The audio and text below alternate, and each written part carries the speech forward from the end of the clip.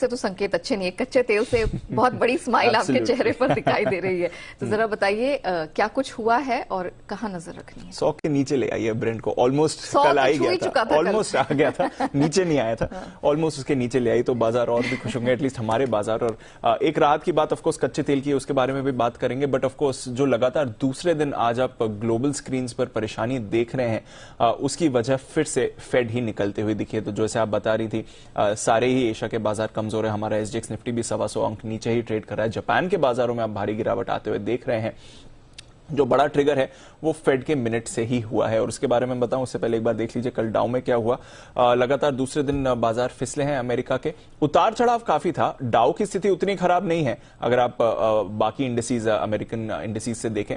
डाउ लगभग करीब 140 अंक 150 अंक नीचे फिसला था, बट निचले स्तरों से 125 अंकों की आपने रिकवरी भी देखी थी क्लोजिंग टाइम पर। बट नैस्डैक लगातार दूसरे दिन भारी गिरावट दिखाते हुए दिखाए। 2.25% की गिरावट बैक टू बैक नैस्डैक में आई थी। कल भी हम जब बात कर रहे थे 2.25% टूटा था उससे पहले वाली शाम को, और कल शाम फिर से 2.25% टूट कर ये बंद होते हुए दिखा है। S&P 500 1% नीचे था। रसल 2000 में 1.5% की गिरावट आई। तो अक्रॉस द बोर्ड सेलिंग थी, बट आईटी शेयर सबसे आगे फिर से थे जहां तक बिकवाली का दबाव है। Apple, Snapchat, Meta, Twitter, Tesla जैसे स्टॉक्स में आपने लगभग 3% की गिरावट कल देखी है। अब क्यों आई गिरावट और क्यों बाजार का मूड फिर से बिगड़ा है? एक्चुअली कुछ नया नहीं आया है फेड मिनट्स में, बट 2-3 चीजें हैं जिसकी वजह से डर बन रहा है। अब फेड मान रहा है, एटलीस्ट मिनट्स की अगर आप बात करें, कि आगे के जो भी रेट हाइक्स होंगे, जैसे मई में अगली बैठक है, वहां पर आधे % से दरें बढ़ाने की जरूरत है। यानी कि अब जो सब्सिक्वेंट रेट हाइक्स आएंगी वो बड़ी आएंगी। पहली रेट हाइक इनकी 1/4% की थी, अब आधे % की रेट हाइक्स आपको आते समय दिखने वाली हैं। इसके अलावा उन्होंने ये भी कहा कि इन्फ्लेशन को काबू में लाने के लिए अब ठोस कदम उठाने जरूरी है। यही याद होगा 6 महीने पहले तक फेड कह रहा था कि हमारी प्रायोरिटी ग्रोथ है, हमारी प्रायोरिटी एम्प्लॉयमेंट है, हमारी प्रायोरिटी इकोनॉमी को सहारा देने की जरूरत है। अब 6 महीने बाद कह रहा है कि इन्फ्लेशन पर ही हमारा अब फोकस बढ़ने वाला है। तो ठोस कदम उठाए जाएंगे क्योंकि इन्फ्लेशन काबू में लाना है। आगे भी उन्होंने अनुमान बढ़ाया कि इन्फ्लेशन यहां से और बढ़ने वाला है रशिया यूक्रेन की वजह से, तो उसको काबू में लाने के लिए कुछ कदम उठाने की जरूरत है।